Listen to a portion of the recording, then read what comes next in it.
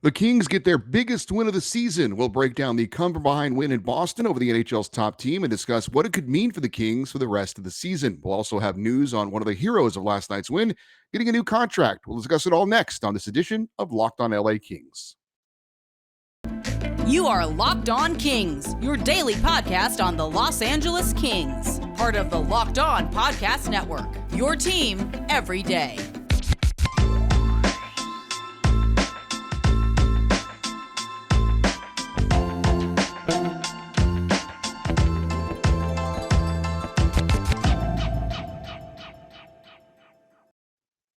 Hey, Kings fans, welcome to Locked on LA Kings, your team every day. Thanks for making Locked on LA Kings your first listen every day. We are free and available wherever you get your podcasts and on YouTube. Please like and subscribe if you're enjoying this content. We're at 1,000 plus subscribers and counting. Thank you to all who chose to like and subscribe, and for those of you that will do so in the future. I'm Eddie Garcia, your host of Locked on LA Kings. I've worked in sports media for almost 30 years. For the past 20 plus years at the Fox Sports Radio Network. I'm also co-host of the Puck Podcast, a weekly NHL review show that's been putting out content for the past 16 years, and a passionate LA Kings fan for 30 plus years. The LA Kings faced their toughest test of the season in Boston against the NHL's top team last night.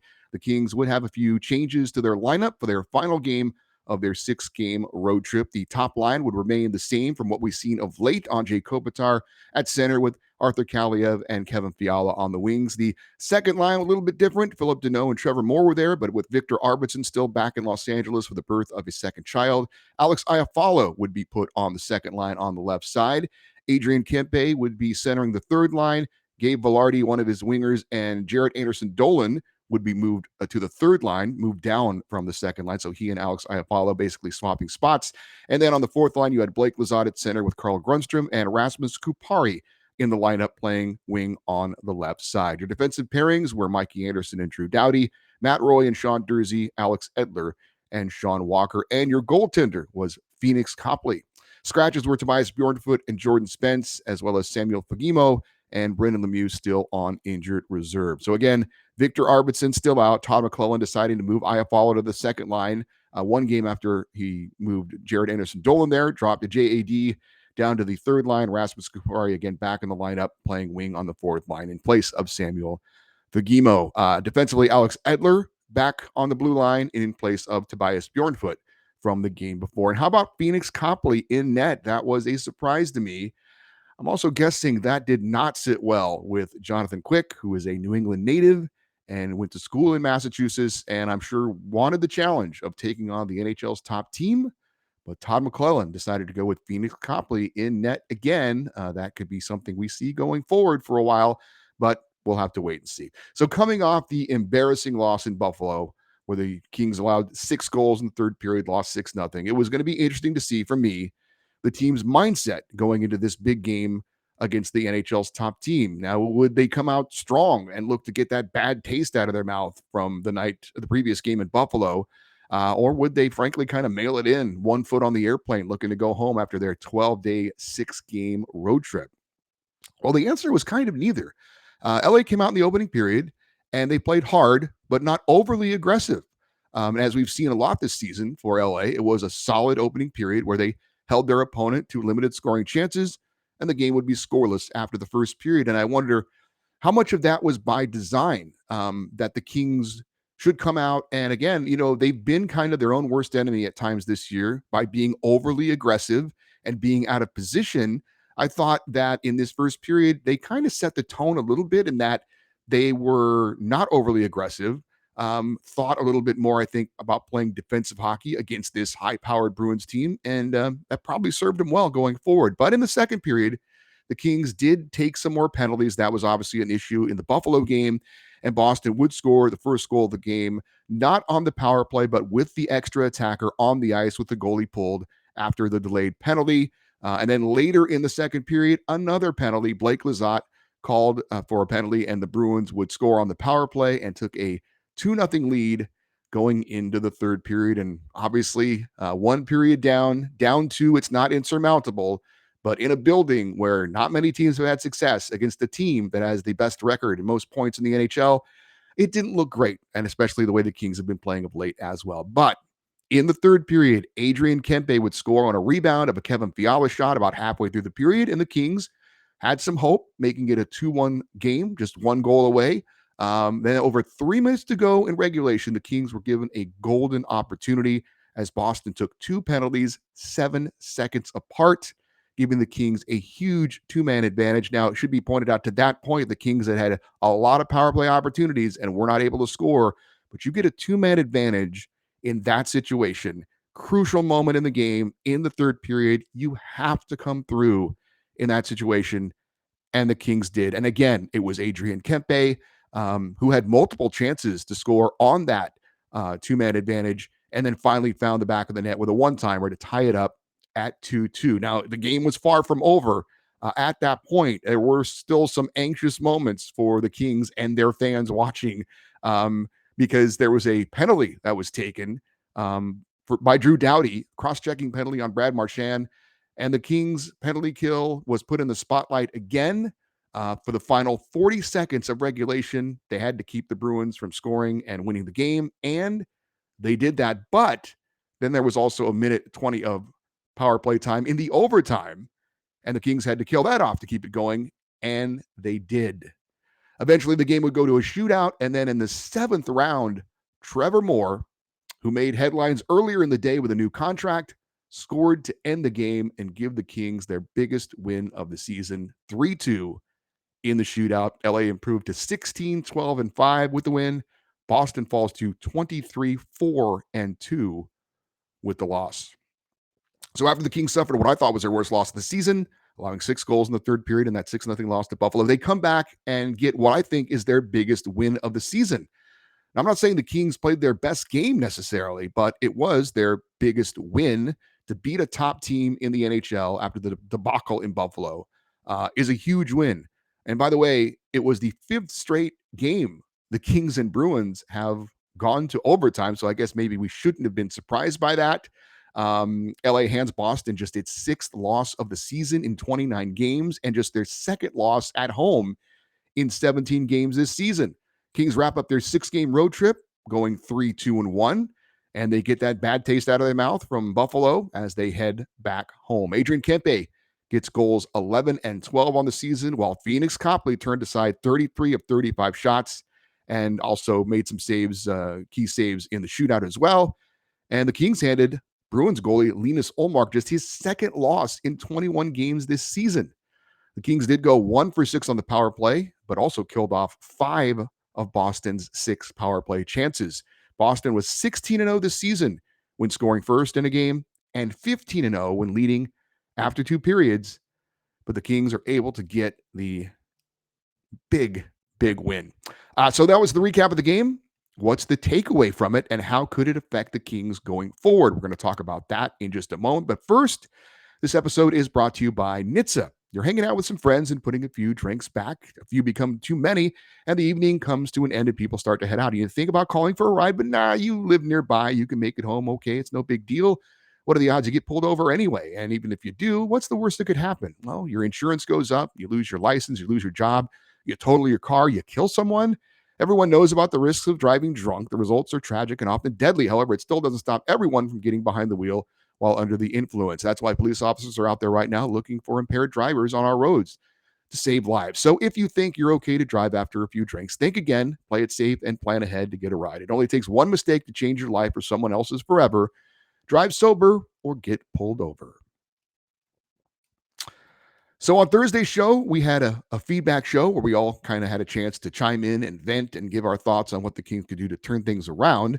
The question is now, after this big win in Boston, could this be something that the team can use to get on track? And before I answer that question, let's discuss a few more details from last night's game. The Kings' penalty kill, which has been bad this season, came through in a huge way and was a big part of why the Kings got the win.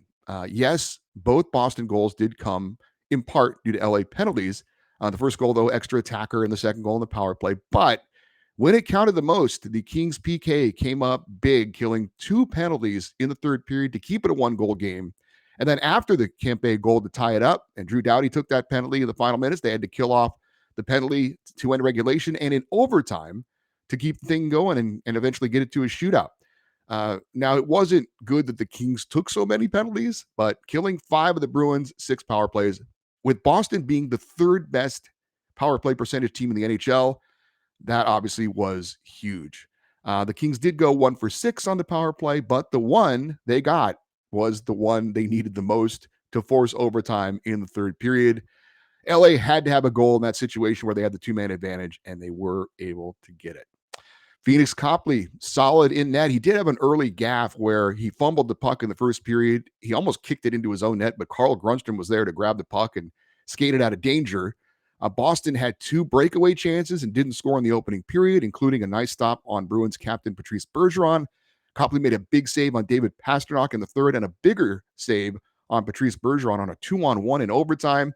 Copley with the win, now 3-1 in 4 games, and it'll be interesting to see if he gets the start Saturday at home against San Jose.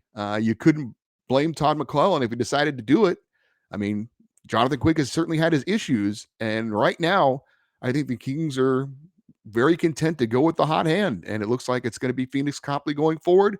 We'll have to wait and see, but Phoenix Copley coming in and doing the job against the Boston Bruins, and he deserves a ton of credit for the Kings getting that victory. Adrian Kempe had only 2 goals in the month of November. He's already got 4 in December. He's got 12 on the season, so good to see Kempe getting back on track and 2 huge goals in the win over the Bruins. I said I think this is the Kings' biggest win of the season, but I don't know that it was necessarily their best game played. The Kings have played some better games, albeit against lesser competition. I mean, they took too many penalties against the Bruins. The power play wasn't good enough. It did get the one big goal when they needed it most, but it was with a 2-man advantage.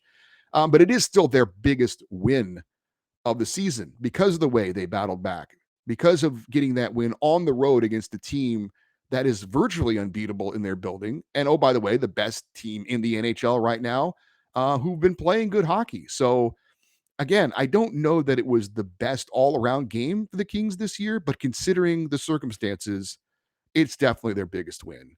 To close out a rocky road trip that has had people like me and you talking about maybe a coaching change. And I think this win, frankly, if you kind of were leaning towards maybe a coaching change being necessary, I think a win like this, frankly, does buy Todd McClellan some more time. I think it buys this team some more time before you look to make big changes because you see what is possible with this group. And none of us want to see Todd McClellan fired. I think that was pretty clear in the sentiment that some of the people that messaged, they all pretty much said, you know, we like Todd McClellan, but we just feel like it's necessary if things keep going the way they're going.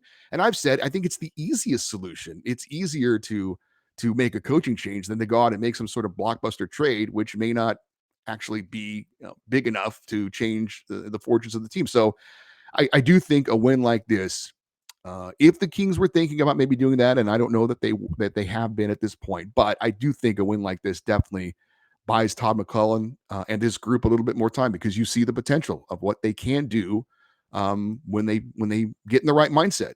And again, I think it's encouraging that it wasn't the Kings' best game, and they still were able to get a huge win in all the situations we talked about. So I asked the question earlier, could this be a win that the Kings use to get their season on track? And I think the answer is yes. You beat the top team in the NHL in their building, again, where they've been virtually unbeatable. Um, then I think it definitely fills the team with confidence that they can beat any team in the NHL. That said, I do believe the Kings can get a spark from this win and get on track, but I still have to wait and see it to believe it. I'm normally a glass is half full guy. I'm optimistic by nature, but we've seen this too many times this year. Now, granted, they've never had a win this big in this situation, but they've had some big wins and they've had some nice performances. And they've had, I mean, the 2 games they just played, again, we see it so many times, another microcosm of how the season is gone. You, poop your pants in the third period in Buffalo, allowing 6 goals and lose 6-0. And then the next game, you beat the top team in the NHL coming from behind down 2.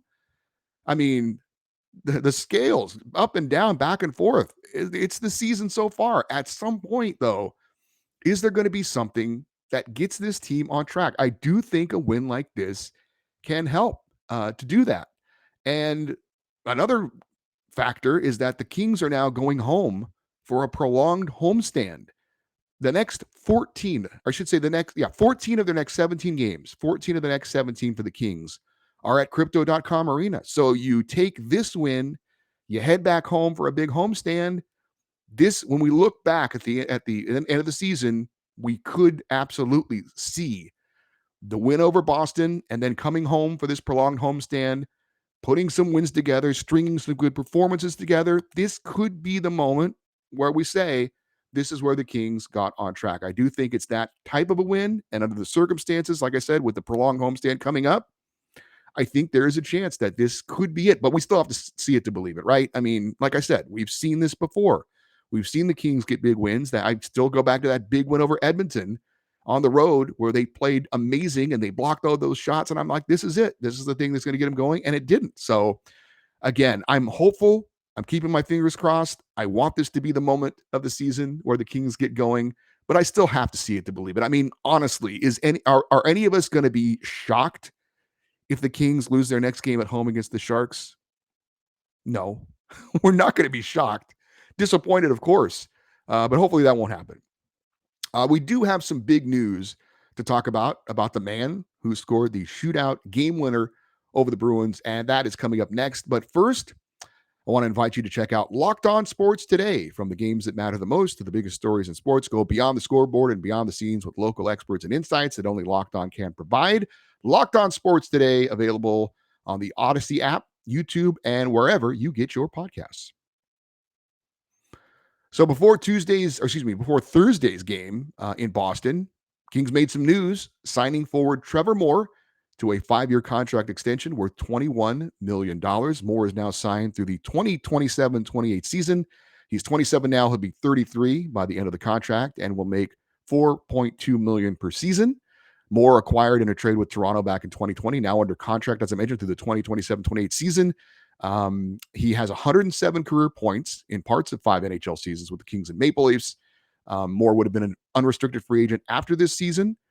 He is making right now $1.875 million, so a nice raise for Trevor Moore, and I think a nice deal for both sides. I have no issues with this deal at all. In his first full season in the NHL last year with the Kings, he put up career highs in goals and points with 17 and 48. And this season, he's on track for 17 goals and 45 points this season. So Trevor Moore is certainly not a superstar, and he's not making superstar money with this contract. Some people might think it's a little bit of an overpayment at this point, but by the end of the contract, if the salary cap goes up, which it should, this contract will seem very reasonable in the bulk of the contract. He's a great nuts and bolts type player.